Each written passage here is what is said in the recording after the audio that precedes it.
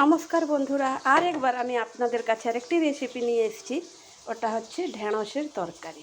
এই দেখুন ঢেঁড়সের তরকারি। ঢেঁড়স তো আপনারা সবাই নিজের বাড়িতে ঢেঁড়স চিংড়ি ঢেঁড়স দিয়ে অনেক কিছু এমনি করে থাকেন, ঢেঁড়স পোস্ত করে থাকেন। তো আমি পোস্তর বদলে আজকে আমি সেই রকমই একটা কিছু করতে চলেছি। দেখুন, প্রথমে আমি ঢেঁড়সটা এইরকম কেটে নিয়ে নুন আর হলুদ দিয়ে হালকা একটু ভেজে নিয়েছি। ভাজার পর আমি এতে সর্ষে তেল দিয়েছি কড়াতে। সর্ষের তেল গরম হয়েছে, এরপর আমি দিয়ে দিচ্ছি কালো জিরে ফোড়ন। কালো জিরে দেওয়ার পর বন্ধুরা, তারপরে আমি দেখুন পেঁয়াজ কুচিয়ে রেখেছি আর টমেটো কেটে রেখেছি। তো কালো জিরে দেওয়ার পর তারপরে আমি দিয়ে দিলাম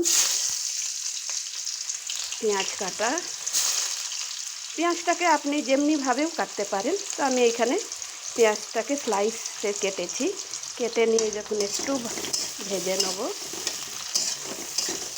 দেখুন যেই একটু পেঁয়াজটা ভাজা ভাজা হয়ে যাবে, একটু জল ছেড়ে যাবে,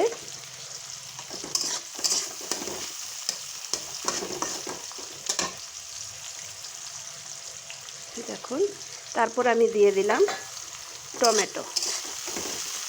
টমেটোকে দেওয়ার পর এরকম আমি নেড়ে নেবো, একটুখানি নেড়ে নেবো। যেই একটু হয়ে আসবে, নরম হবে, নরম হতে হতে তার আগে আমি বলে দিই বন্ধুরা, এই দেখুন আজকে আমি করতে চলেছি সর্ষে ঢেঁড়স। তো আমি কি করেছি, এতে কালো সর্ষে নয়, পোস্ত নয়, আমি নিয়েছি সাদা সর্ষে। আর এই যখন একটু লাল রং দেখা যাচ্ছে, ওটা হচ্ছে লাল লাল যে কাঁচা লঙ্কা আমাদের গাছে হয়েছে, তাই আমি কাঁচা লঙ্কা দিয়ে এই সাদা সর্ষেকে বেটে নিয়েছি। বেটে এই বাটাটাকে রেখেছি। এবার অত দেরি, এটা একটু রং ধরে যে দেখুন জল ছেড়ে এসেছে। তা আমি এখানে আজকে করছি 1 কিলো ঢেঁড়সের করছি। 1 কিলো ঢেঁড়সের জন্য এখানে আমি নিয়েছি 2 টেবিল স্পুনে দুটো বড় চামচের 2 চামচ আমি নিয়েছি সাদা সর্ষে। আর কাঁচা লঙ্কা আপনি যতটা ঝাল খাবেন ওই অনুযায়ী কাঁচা লঙ্কা দেবেন। তো আপনারা লঙ্কা গুঁড়ো চাইলে লঙ্কা গুঁড়ো এই তরকারিতে দিতে পারেন। তো আমি কাঁচা লঙ্কা দিয়ে করছি। তারপরে এই দেখুন এতটা রং ধরে এসেছে। যেই এটা একটু জল ছেড়ে যাবে, জল ছাড়ার পর আমি এতে দেবো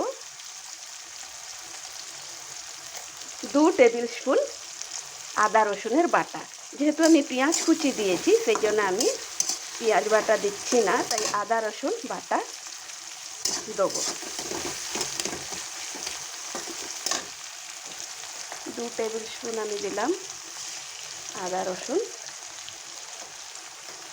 বাটা। দেওয়ার পর বেশ করে আমি এটাকে কষে নেবো বন্ধুরা। এই যে কষতে থাকবো, এর মধ্যেই আমি দেবো জিরে গুঁড়ো, ছোটো 4 চামচে 1 চামচ, ধনে গুঁড়ো দিলাম। তারপরে এই দেখুন জিরে গুঁড়ো, তারপরে দিচ্ছি হলুদ, তারপরে দিলাম নুন। তারপরে আপনারা ওতে লঙ্কা গুঁড়ো দিতেও পারেন, আর যদি না দেবেন, এতে তো আমি কাঁচা লঙ্কা বেটেছি, আপনি কাঁচা লঙ্কা দিয়ে যদি খেতে চান তো কাঁচা লঙ্কা দিয়েই করুন। এই দেখুন বন্ধুরা, এইরকম যেই এটা কষা হয়ে যাবে, কষা হবার পর এই মশলার মধ্যে এই ভাজা ঢেঁড়সটাকে দিয়ে দেবেন। দিয়ে একটু নেড়ে চেড়ে নিয়ে তারপরে বেটে রাখা যে সাদা সর্ষে আর কাঁচা লঙ্কা ওতে দিয়ে দেবেন। যেহেতু সর্ষে কোনো দিনও কষবেন না, কষলে কি তরকারিটা তেতো হয়, তাই কষবেন না। তারপরে যেই এটা মশলাটা কষা হবে, ঢেঁড়সটা দেবেন। ঢেঁড়স দেওয়ার পর এই বাটাটা দিয়ে দেবেন, সর্ষে বাটা কাঁচা লঙ্কা বাটা দিয়ে।